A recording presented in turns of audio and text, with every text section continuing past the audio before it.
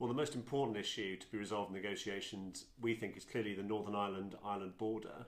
That is one of the key things that has stopped the negotiations from progressing for phase one, and the resultant decision, which is in many aspects not a decision but an intent, needs to be delivered.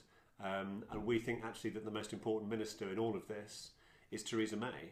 So as the Prime Minister for the United Kingdom, it's on the United Kingdom to come up with the proposed model to keep Northern Ireland border not as a hard border, and to keep trade going between the two parts. And that's a really, really tough conundrum.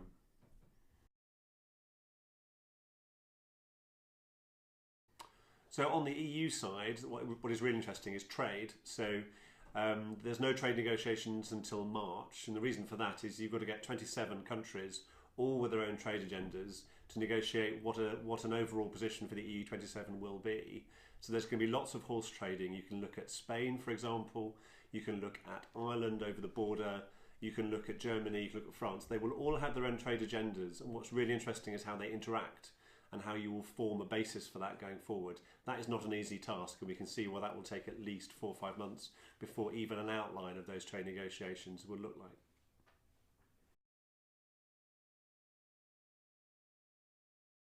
So actually, if you look at the numbers, it's a 500 million market with Britain in there. So the market is actually 435 million.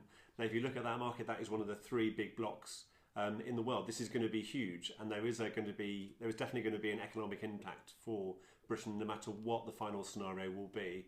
So the priority now is to look at this range of options between Canada at one end and Norway at the other. And the government's said now that it's looking for Canada plus plus plus. We will be looking for the best possible economic scenario at the end of that. But we've also got to take into fact that it won't be as good a deal as we currently have with the EU. So there will be a fallout from this.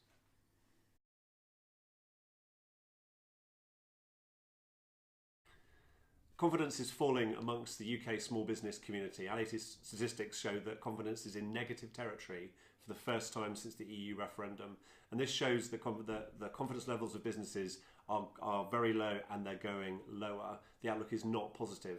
That said, we need to look at what opportunities there are. So when we're looking at future trade deals, small businesses will have the US as their #1 country market. So while the EU is the largest market for current exports as a bloc, the #1 country for small business exports is the US. And that means we've got to grab every single opportunity we can to avoid a slump and to get the best possible deal for Britain.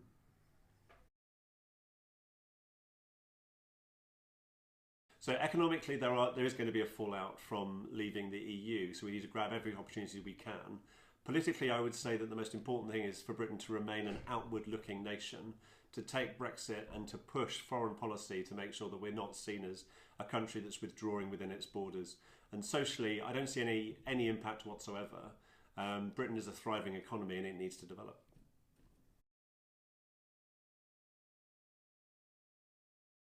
1 in 5 small businesses in the UK employs a non-UK EU citizen, and their priority right now is to make sure that those people can stay. They are welcome to stay.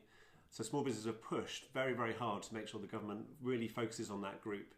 We are now 500 days into a 1,000-day between the referendum decision and actually the moment we leave the EU. And these people currently have no confirmation that they will be able to stay.